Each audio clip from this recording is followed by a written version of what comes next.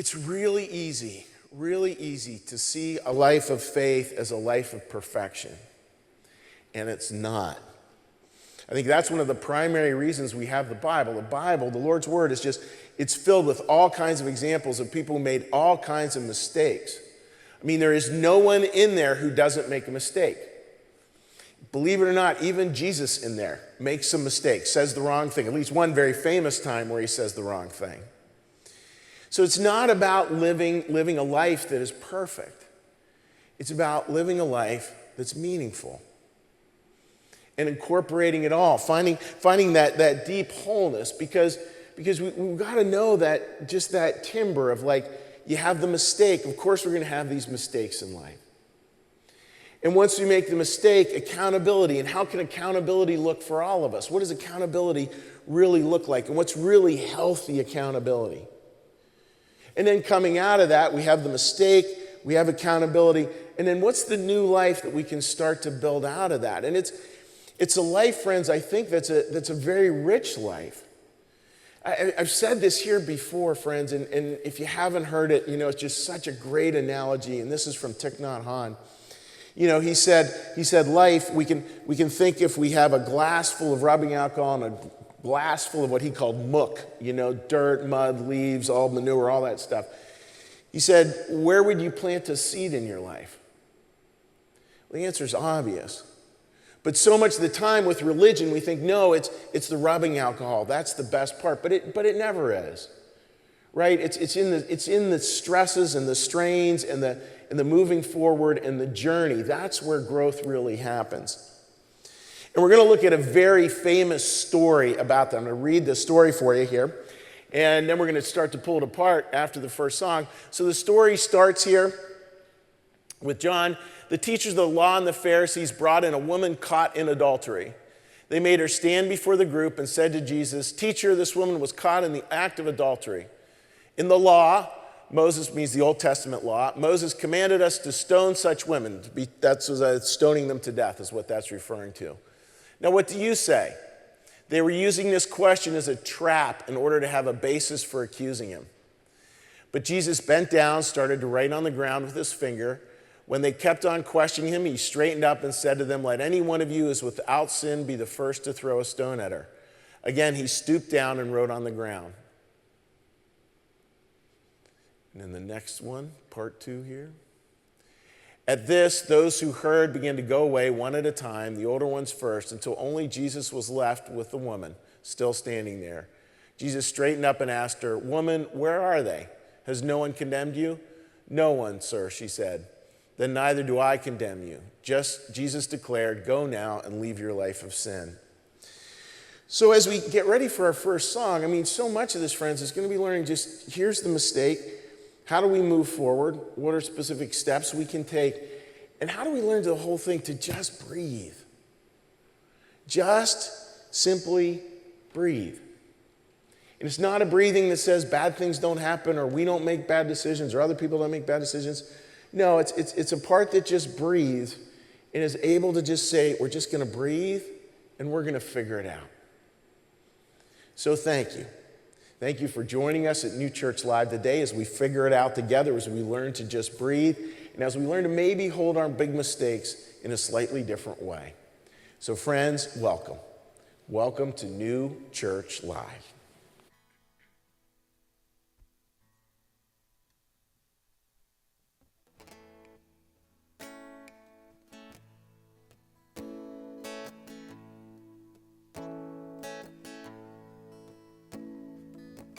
2 a.m. and she calls me 'cause I'm still awake.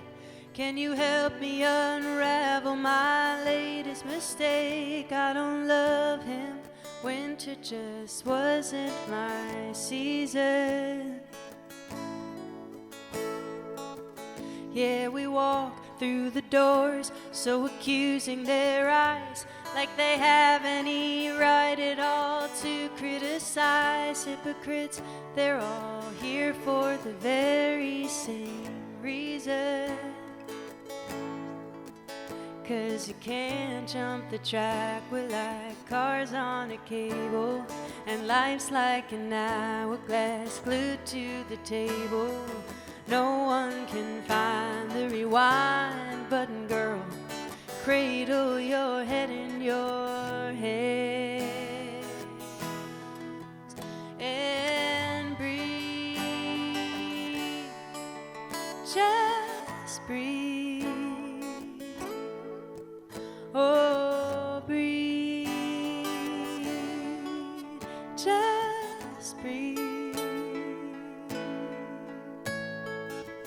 May he turn 21 on the base of Fort Bliss. Just today, he said, down to the flask in his fist. Ain't been sober since maybe October of last year.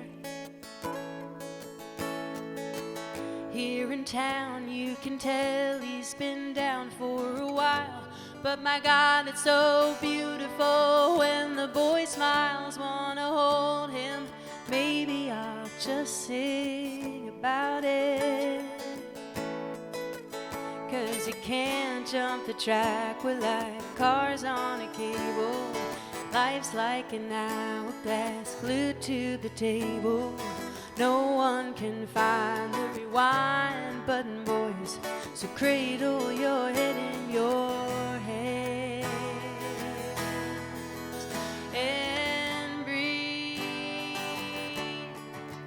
Just breathe and breathe. Just breathe. There's a light at each end of this tunnel. You shout, 'cause you're just as far in as you'll ever be out. And these mistakes you made, you'll just make them again if you only try turning around. 2 a.m. and I'm still awake, writing a song. If I get it all down on paper, it's no longer inside of me, threatening the life it belongs to. And I feel like I'm naked in front of the crowd, 'cause these words are my diary, screaming out loud. And I know that you'll use them however you want to. But you can't jump the track. We're like cars on a cable. Life's like an hourglass glued to the table. No one can find the rewind button now. Sing it if you'll understand. And breathe. Just breathe. Oh, breathe. Just breathe. Oh, breathe. Just breathe. Oh, breathe. Just breathe.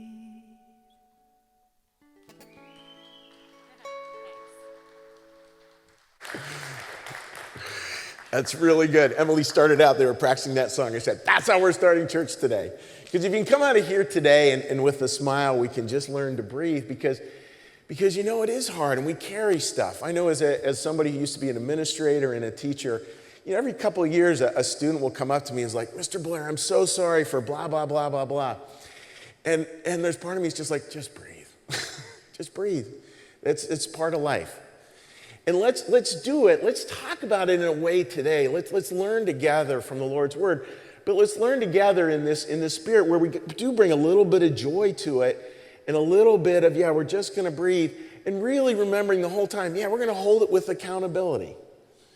It's not like church sometimes gets treated so lightly, you know, like, oh yeah, nothing to worry about, you did nothing wrong. No, we do things wrong. We really do. We really mess up. And we can just breathe, we can find the right kind of accountability, and we can move forward in our life, and that can become this really important thread of change.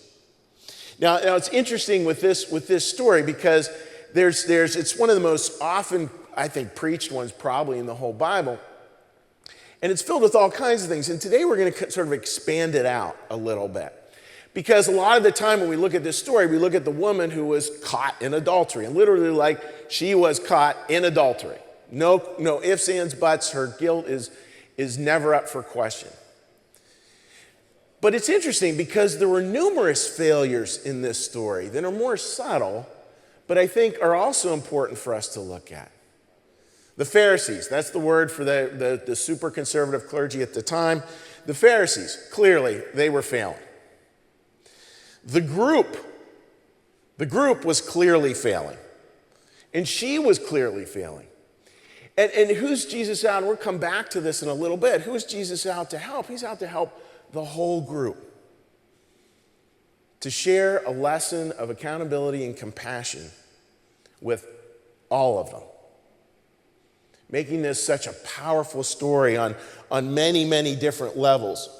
Now, it's interesting, friends, right? Because when we look at these stories, it's interesting to just sort of gloss over the Pharisees in the group. But I was reminded of this great quote that I heard a long time ago. It was, "The warden is prisoner too." And when we set up faith in a certain way, like a certain box, and we think we're the warden, well, the warden is prisoner too. Prisoner to a certain system, prisoner to a way of seeing it. Does that mean that there aren't ways to see it? Obviously there are ways to see it. But we can't allow ourselves to have a faith that sort of is so judgmental that we're no longer curious, that's so judgmental we're no longer compassionate, that's so into figuring out who was right and who was wrong that it no longer cares about relationship. Relationship is always the name of the game from Jesus' perspective. It's always about that connection and moving from the connection to the accountability. Now it's interesting, friends. Let's take a look just at the group. Here's just some highlighted text from there. They made her stand before the group and said to Jesus, "Teacher, this woman was caught in the act of adultery. In the law, Moses commanded us to stone such women. What do you say?" So there's sort of this public humiliation and this public shaming that's part of, it's just part of their game. And don't we kind of get the same thing sometimes too? Where we can really believe, everybody should see how wrong this person was. There should be an act of public shaming. And so that's where the story starts. And then there's this idea of the law. Now when you see references to the law in the New Testament, it's talking specifically about the ancient law that the Jewish church was organized around. Goes to a lot of Leviticus. I should have looked up the number and I don't have it in my head. It's 600 some odd laws that you were to live by. And that by living this super obedient life according to the law, that is what would get you to heaven. That was salvation. Now, of course, Jesus moves that forward by saying, well, actually, it all rests on the two laws of love, law of love of God, law of love of the neighbor. That's for another day, another sermon. But they were trapped by this. They were trapped by the law. And there's something in that, I think, again, like there's this sermon and this going through this with the sermon writing team, there's all kinds of like little nuggets in here that I think are really worthwhile for us just to hold out there and think, oh yeah, where could that be showing up for me? Where might I be trapped by the law? And they were trapped by a pretty austere law. This was the law they were trapped by. This is from Leviticus. If a man commits adultery with another man's wife, even with the wife of his neighbor, both the adulterer and adulteress must be put to death. So it was a capital punishment. And that idea of law, like here you have the law is clear. She clearly violated the law, no question about that. You have law, you have punishment, no question. But as Shakespeare famously said, and something we all need to remember with big mistakes, either that we make or someone else makes, let mercy temper justice. Let mercy temper justice. Beautiful line. Because what doesn't work, friends, is this idea of a Colosseum culture. Now, by a Colosseum culture, you'd had this big Roman Colosseum and the gladiators down there fighting, and there was thumbs up meant let the person live, thumbs down meant the person died. And that kind of thing where we can make mistakes of other people a spectator sport is really, really damaging. Because we may be destroying a bridge over which we need to cross sometime as well. It's not a spectator sport. I mean, we all know that. And we all know how ugly that feels when it becomes that. And we live in an era, and this is something I think real important for us to keep coming back to and just keep coming back and talking about. We live in an era where social media might be the driving force in our culture. And it's a social media based on algorithms. And those algorithms, friends, they're based on anger and hostility. Easy anger, easy hostility. They're not based on wisdom and truth. And that anger and that making of a public spectacle of things is something I think that does not serve terribly well. And when you look at that, friends, that kind of faith, when we have that particular kind of faith, and we have that particular way of seeing the world, again, the warden is prisoner too, and there is no future for that. There is no future for that. He spent many years as a teacher in public school and then at a private school, Academy of the New Church right here. And more than once would see new teachers come in and they would lean so hard into the law side of things, so hard in sort of I'm going to be the teacher with all these rules. Any kid messes up, they're out. Really, really simple. Now again, there are times where that kind of teacher manages to do that in love and it can actually work. But if there's no feeling of love, it doesn't work. And so I'd see them lean harder and harder into it. And leaning so hard into it that we actually had a rule in our employee handbook at the one public school I taught, and it said, you may not bring your whole class to the vice principal's office. That idea that the class was so out of control, you were just going to, sort of kill them all, let God sort them out. You're going to take them all to the vice principal. And that's just where somebody's trapped in the law. And the students are trapped, and they're trapped, and how do we find a way to get out of that? That's the big question. How do we find a way to get out of it? And it's not that they just had her trapped, but they were trying to trap Jesus too. It's interesting, this little line here in it, they were using this question as a trap in order to have a basis for accusing him. They're trying to sort of get Jesus in this little corner where he has to agree that the law is not the law, and then clearly that makes him a lawbreaker. It clearly puts him on the outside. And they're not asking a question where they're searching for wisdom and truth. They're searching for a question where the imperial human ego can get to be in charge, where they get to be literally judge, jury, and executioner of the whole thing. They get to have this deep self-righteousness that will even put somebody like Jesus on the outside looking in. Now, that particular kind of faith, friends, that particular kind of faith has to fail. It can't work. It will eventually come to an end. And that's part of the Lord's divine providence is we get to do that as long as we want. We get to play that game. But eventually it won't work. Eventually we have to come to a place where we learn to soften a little bit. Now, when we soften and that thing comes to an end, it doesn't mean, again, friends, that there's not accountability. There is accountability. There's always accountability. There's no time in the Bible where Jesus says, you're not accountable. But it's an accountability, friends, that the edges are soft. And the edges are warm. Come to me, all ye who are broken, who are tired, and I will give you rest. For my yoke is easy and my burden is light. That's where God doesn't punish us with the big mistake. God walks with us with the big mistake.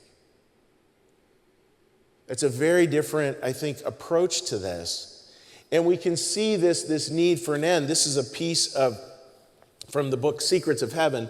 The condition of the church around the time of its end is when acts of neighborly love have disappeared entirely from its life and are banished from its theology. So, church, interestingly, churches come to an end, and don't think like New Church specific thing, like New Church Live or this church or that church. Think of church kind of as a more corporate enterprise. You know, churches will inevitably fail, friends, when all of a sudden love doesn't become central. Where the first thing they do is pull out these laws and they say, these are the laws, versus this is our heart. It has to start with this is our heart. And the pendulum will swing over here, and in the Lord's providence, that doesn't go anywhere. I mean, friends, you know, I was on Facebook yesterday looking at some stuff, and there was somebody just going off. And it was so pointed. It was so angry. And I don't want to hear this. There's nothing about it that was building something. There's nothing about it that was trying to move forward. There was nothing about it that was a third way. And we always have to have the third way. Now, does that mean we never say hard things? We say it all the time here. Yeah, you have to say hard things. But you're starting with the heart. You're starting from a loving perspective. And what we all know is this: we can hear really hard things. This is last week's sermon.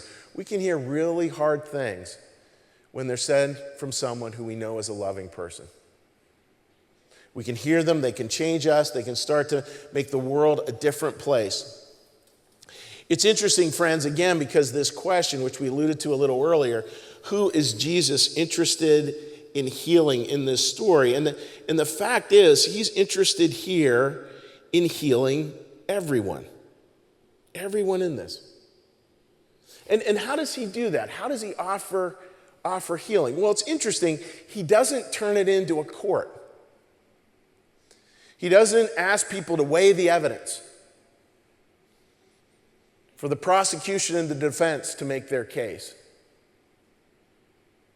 What he does, and this is so much the beauty of faith, and it's a different kind of accountability. It's where accountability gets shifted a little bit. And now we start to think about the third way. What's the third way? What's the way that's not this and it's not this? It's not binary anymore.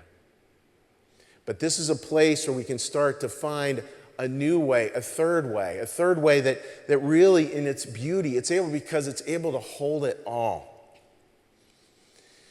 And this is that line. It's such a silly, beautiful line. This is how he heals everybody in this story.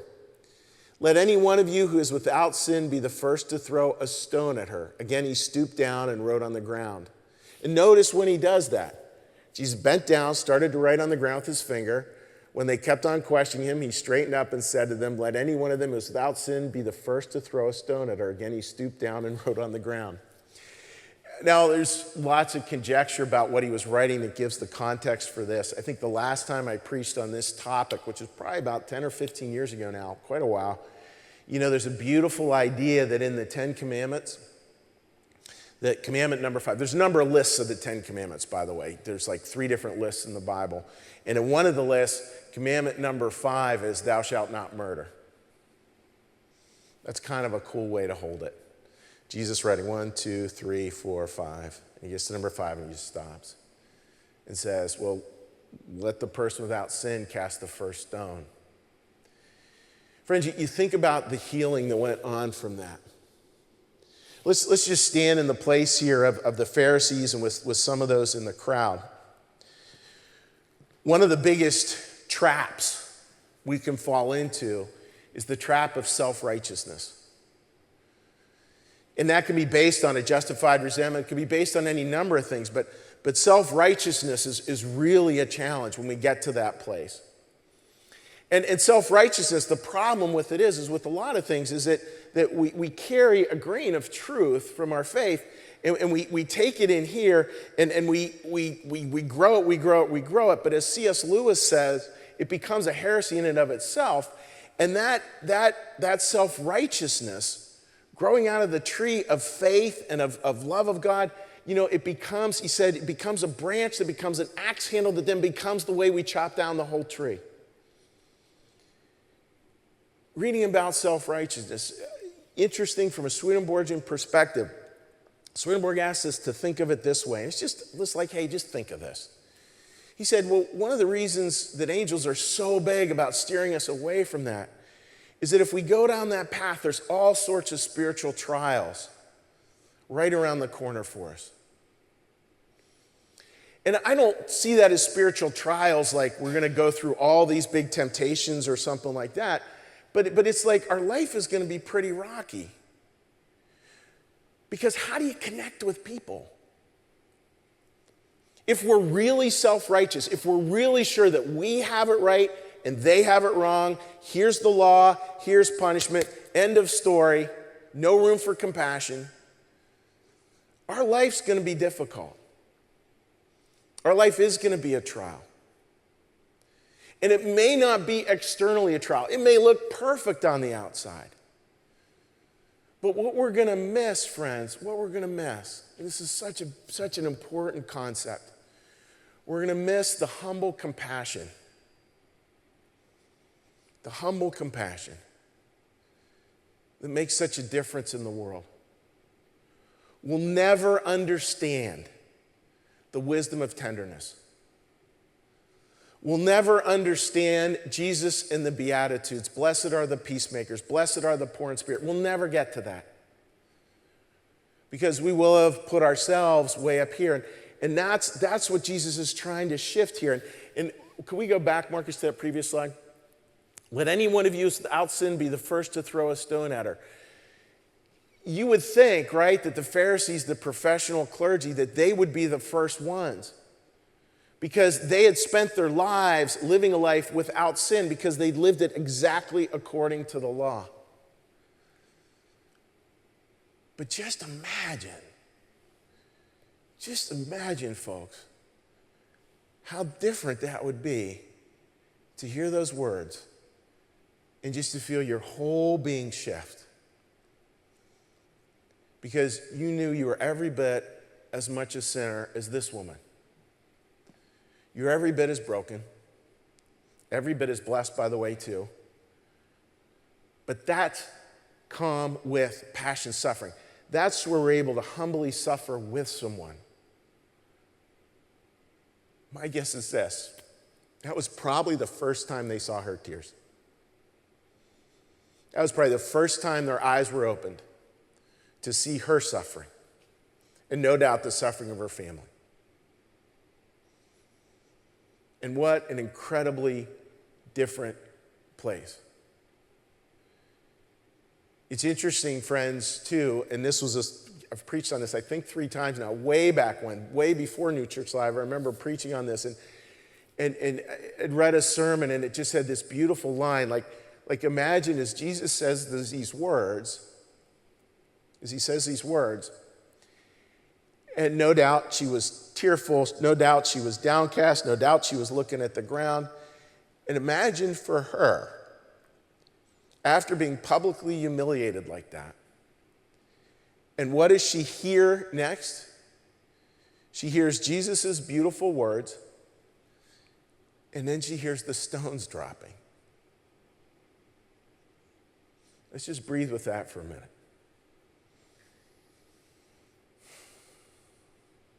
Just that hearing those stones drop.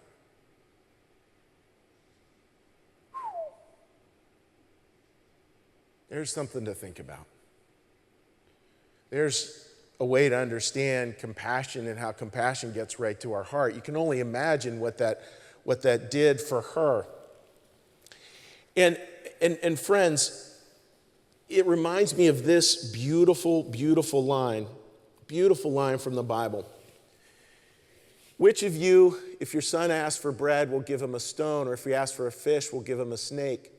If you then, though you are evil, know how to give good gifts to your children, how much more will your Father in heaven give good gifts to those who ask him?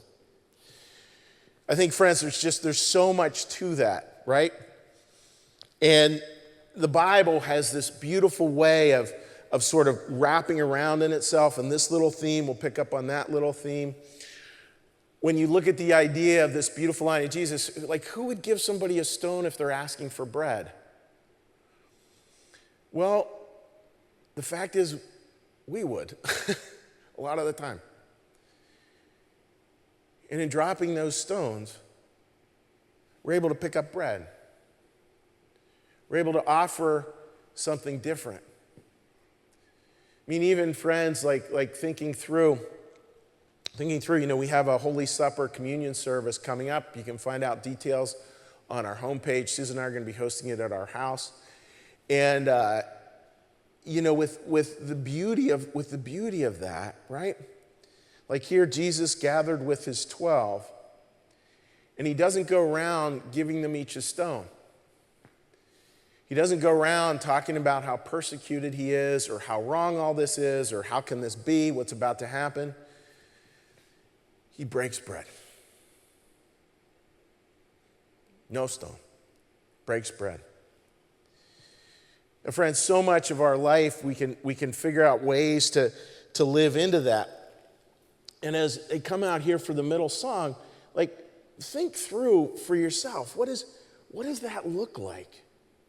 What does it look like to really find that freedom? And it's not a freedom, again, as we're going to see when we come back here, it's not a freedom of bereft of accountability, but it's just a different kind of accountability. It's accountability that's just not about law and order, though that's important. It's accountability where the edges keep on bumping out. More and more into compassion, more and more into love, more and more into connection and community, and all those things that make life so worth living. And when we come back, that's what we're going to look at. Like, what exactly, like, how does the Lord now heal her? What does that look like in this story?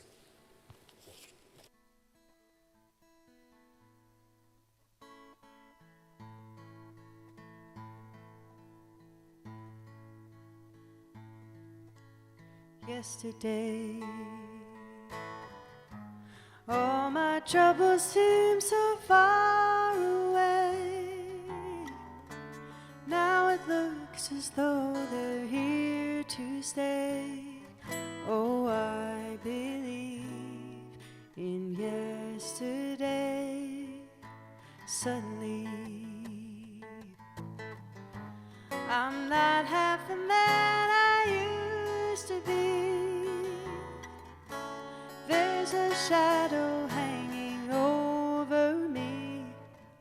Oh, yesterday came suddenly. Why she had to go, I don't know. She wouldn't say. I said something wrong. Now I long for yesterday. Yesterday, love was such an easy game to play. Now I need a place to hide away. Oh, I believe in yesterday. Why she had to go, I don't know. She wouldn't say. I said something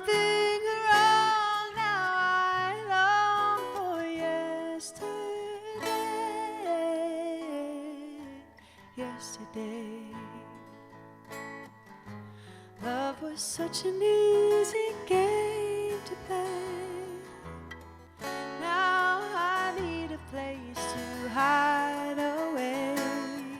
Oh, I believe in yesterday.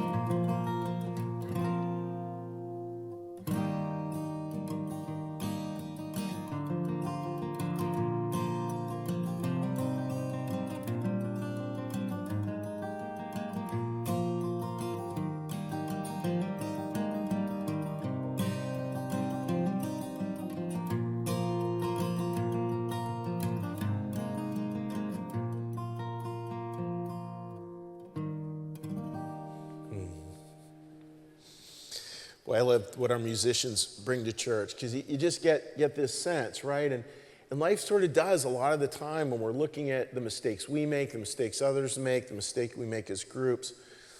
You know, there's sort of a melancholy to it that's so much an echo in that song. And this is part of life. I mean, this is like, there's some sermons where, you know, they're like real feel good, and this one's not necessarily all feel good, because we do make mistakes, and we do have to learn to look at them with rigorous honesty and with accountability. And we just need, as we're doing that, we need to drop the stones. We need to drop the stones. What does that look like for you this week? Does it look like a new way you relate to yourself, to other people, to God, to your community, to those with different belief systems than what you have? Like, how does it look? And it's not about not having ideas or principles. All those are super critical. Because we see this in this next set of words from Jesus. It's not that the end of the story ends like, that the people all just go and disappear and the woman's just left there all good. No, the story goes on. Jesus returns. Here we go. At first, those who heard began to go away one at a time, the older ones first, until only Jesus was left. With the woman still standing there, Jesus straightened up and asked her, "Woman, where are they? Has no one condemned you?" Now that I think Jesus says those kind of lines with a smile, by the way. That's a little funny. "No one, sir," she said. "Neither do I condemn you," Jesus declared. "Go now and leave your life of sin." So it's interesting. So Jesus stands up and he starts writing on the ground again. And again, I take this from someone else's sermon, not one that I did. But first 5 commandments, and one of the lists that ends with thou shalt not commit murder. And then in a second list, there's the next 5, 10 commandments total. And the last one of those, the 6th one of those is thou shalt not commit adultery. I like that reading of it. That sounds very Jesus-y to me. And that bit, and notice the order here, folks. Like, the order is, neither do I condemn you, sin no more. And here's an idea. I think it has to be in that order. It has to be in that order. That word condemn, that word neither do I condemn you, that word condemn doesn't mean just being guilty of violating a law. It literally means damning to hell. Like that draconian. I mean, what's Jesus saying with this? You can just get a sense of how much freedom and grace and mercy are in those words. Like, I'm not damning you to hell. I think in modern language, Jesus might say, I'm not going to damn you to hell ever. We do get to make choices. And we do make choices sometimes that lead to hell and feeling the awfulness of it. But Jesus is in a different game. I think he's so clear here. I'm not damning you to hell, ever. And again, just feel in your body the way that must have felt for her, the way it should feel for all of us.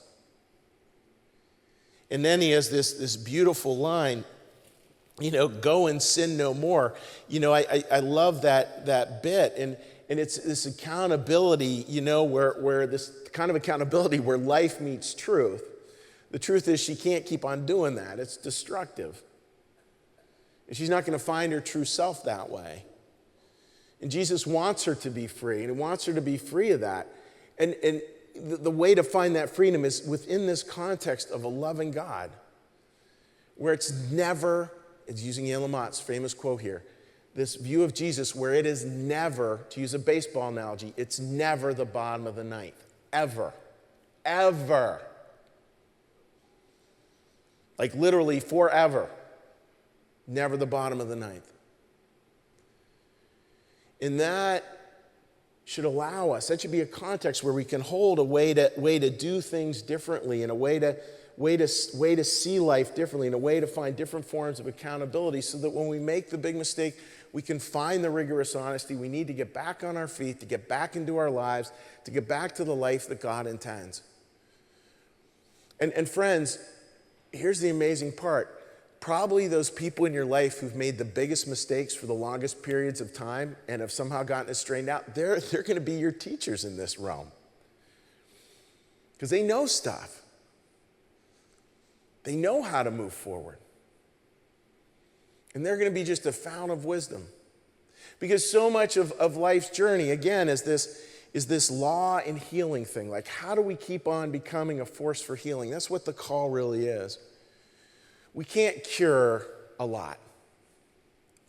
But we can, in small, very humble ways, be that force for healing. In that dichotomy between the law and healing, we see Jesus talking about it over and over and over again. And I wanted to close today's service with another Bible story. This one's going to be told to you via video. It's a clip from the series called The Chosen, a wonderful series on the life of Jesus, life of the Lord.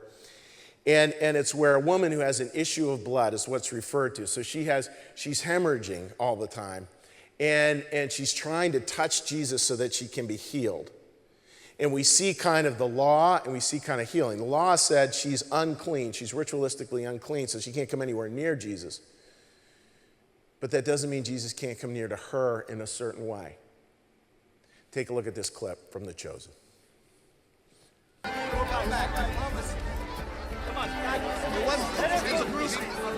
Pressing down her up ahead, please. Everyone, make room. Stay back, everyone. Teacher! Teacher! Our rabbi has a pressing down her ahead. Teacher!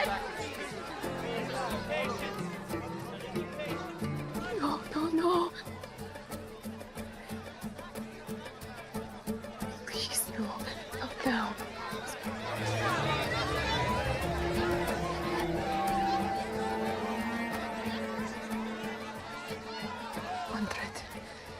100. Just a fringe. One touch.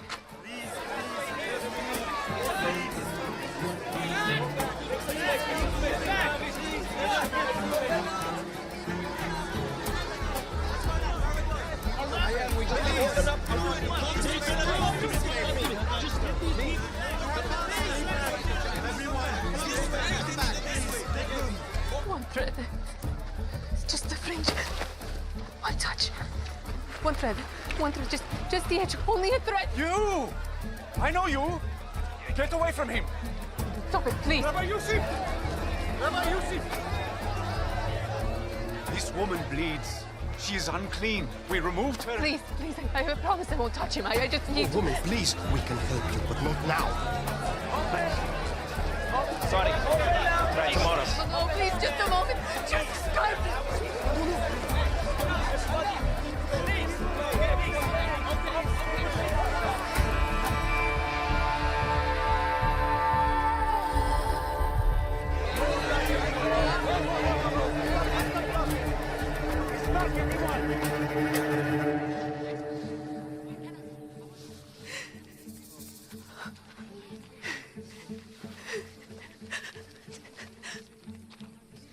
What's going on?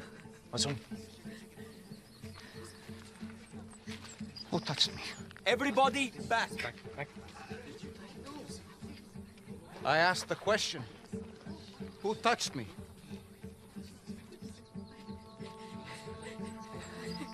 Master, the crowds are pressing in all around you like this, and you're asking who touched you? They all have. Someone touched me. I felt that power went out of me.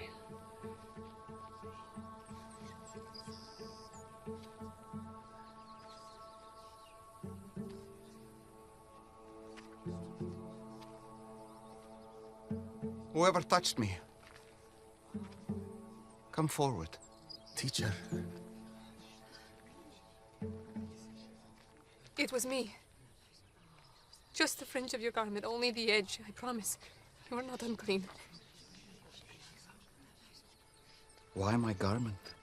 I'm sorry. I know I should have asked. But if you touched me, it would make you ritually unclean according to the law. I was sick. I was sick for 12 years. I bled and no one could stop it.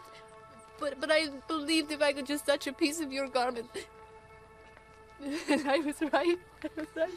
Thank you.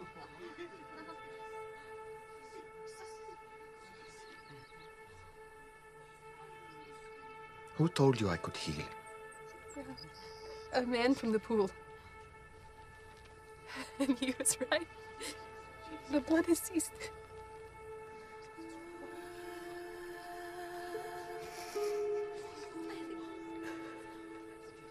My daughter. I'm no one's daughter anymore. Look up. Yes, you are.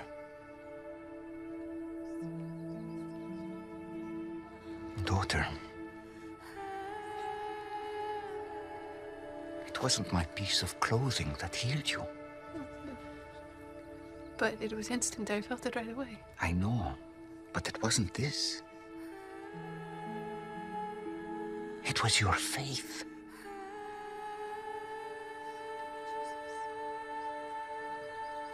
Teacher, she was bleeding so long. We can take her. She is clean.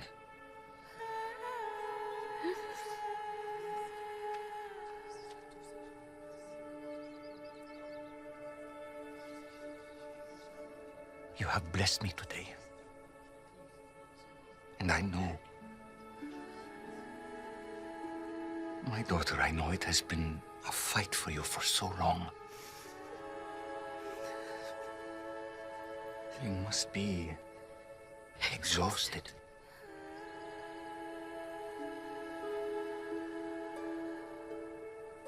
Go now in peace. Your faith has made you well. I wish I could stay here longer, but I have business to attend to. Someone else has faith like yours.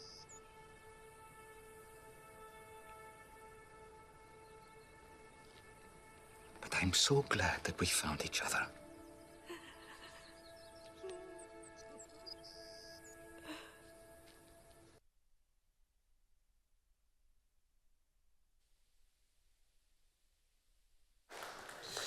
I don't know how you see that without weeping, you know. And I have so little to add to it, except for that's the world we're called to. You know, we started the sermon today, about we make the mistake and there's the accountability part. And that's the new life. That's what it's like. That's why when Pope Francis famously was asked by somebody I want to have a life of faith, I don't believe in God, how can I have a life of faith like yours? And he said, just let Jesus look at you. I think a clip like that shows that way of truly being seen. And it's not just, friends, something that we hold sort of theologically out there, like let God see you, but it's something that we're to practice too in seeing other people, dropping the stones, working towards healing, not getting imprisoned by the law, and still at the same time holding the necessary accountability we are called to have. All of it belonging somehow. all of it becoming this gift we call life. So let's live that. And this week, let's find that thread of change. Amen. What we're going to do now, friends, is now we're going to come into a quiet landing here, and then we're going to have another wonderful song to close with. So I'd ask you to join me in prayer. So, Lord, thank you for your presence here today. And as always, Lord, thank you for the threads of change in our lives, for how they weave together and help us to move forward in ways that are more loving, more wise, more beautiful. Help us, Lord, continue on that journey with humble compassion in the week ahead. With humble compassion, Lord. Hear our prayer. Our Father, who art in the heavens, hallowed be thy name. Thy kingdom come, thy will be done, as in heaven, so upon the earth. Give us this day our daily bread, and forgive us our debts, as we also forgive our debtors. And lead us not into temptation, but deliver us from evil. For thine is the kingdom, and the power, and the glory forever. Amen. May the Lord bless you and keep you. May the Lord make his face to shine upon you and be gracious unto you. May the Lord lift up his countenance upon you, bring you peace, and bring you home. Amen. Have a great week, friends.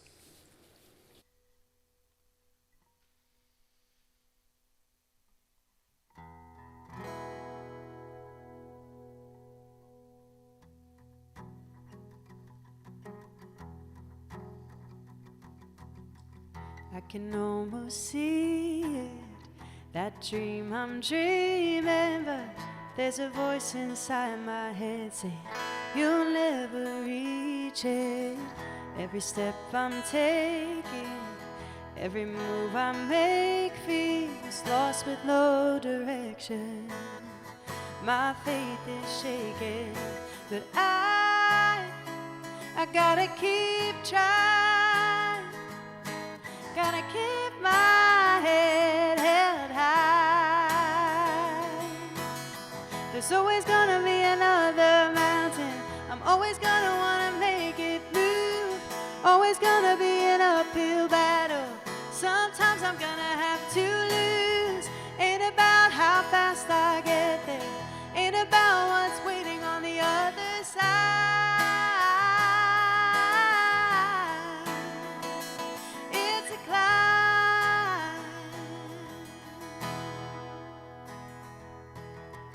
The struggles I'm facing, the chances I'm taking, sometimes might knock me down, but no, I'm not breaking. I may not know it, but these are the moments that I'm gonna remember most. Yeah, just gotta keep going, and I gotta be strong. Just keep pushing on. There's always gonna be another mountain. I'm always gonna wanna make it move. Always gonna be an uphill battle. Sometimes I'm gonna have to lose. Ain't about how fast I get there. Ain't about what's waiting on the other side.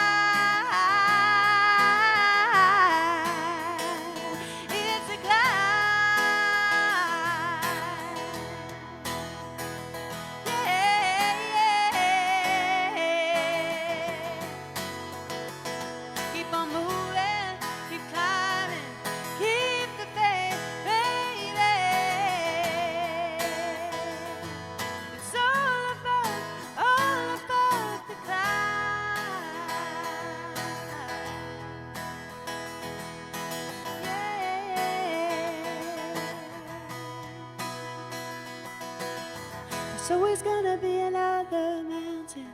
I'm always gonna wanna make it move. Always gonna be an uphill battle. Sometimes I'm gonna have to lose. Ain't about how fast I get there. Ain't about what's waiting on the other side. It's a climb.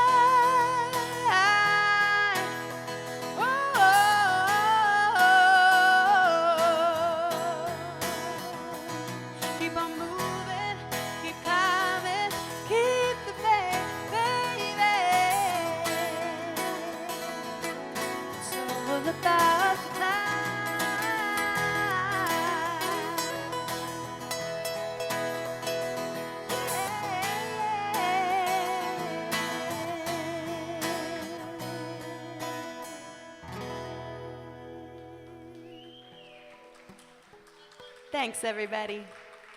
Take care.